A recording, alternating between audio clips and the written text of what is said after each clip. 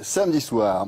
Les joueurs de l'équipe d'Algérie qui ont joué la Coupe du Monde en 86 et qui ont remporté la CAN en 90 reviennent dans l'actualité d'une façon tout à fait dramatique, puisque au moins 9 des joueurs de cette équipe ont enfanté des filles ou des garçons lourdement handicapés, que ce soit sur le plan physique ou sur le plan mental. Même si rien n'a été établi, il semblerait que des médecins russes aient donné des produits dopants à ces joueurs. Encore une fois, il faudra le prouver, bien sûr. Est-ce que c'est la cause, en tout cas, de cette tragédie? On voit ça avec Thierry Vildary.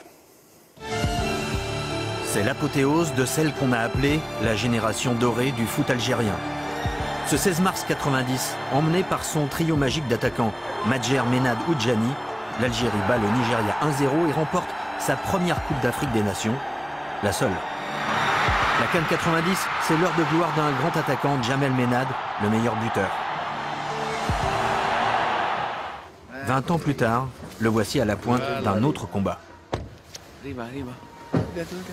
Elle est née avec cet handicap-là. Après les investigations, les contrôles, les examens et tout, on a trouvé que dans son cerveau, il manquait quelque chose, il manquait le corps calleux. Elle n'a pas d'équilibre. Même quand elle marche, il faut la tenir, il faut la guider. Rima, sa fille, a 18 ans et Djamel, un doute sur l'origine de son handicap. On recherche les causes qui ont fait que nos enfants sont nés handicapés, avec des malformations, avec des manques. On se demande pourquoi. Dans cette équipe de légende, Djamel n'est pas le seul frappé par ce mal. Ancien milieu de terrain, Kassi Saïd, le père de Madina, handicapée elle aussi, a été le premier à tracer une relation entre sa carrière sportive et le handicap de son enfant. Le premier cas, c'était moi, c'était ma fille Madina qui est née handicapée. Moi, je me suis dit, bon, c'est le bon Dieu qui m'a donné ça, et ben, j'assume.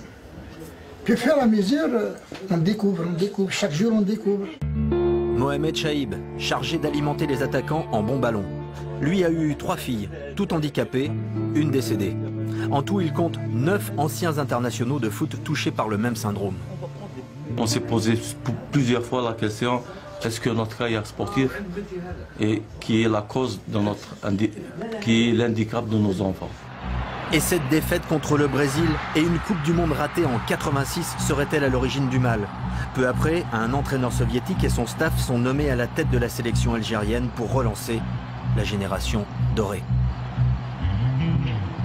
On avait dans notre staff médical des Russes, un certain Sacha Tabarchouk. Je me rappelle qu'il nous donnait à chaque repas des pilules jaunes.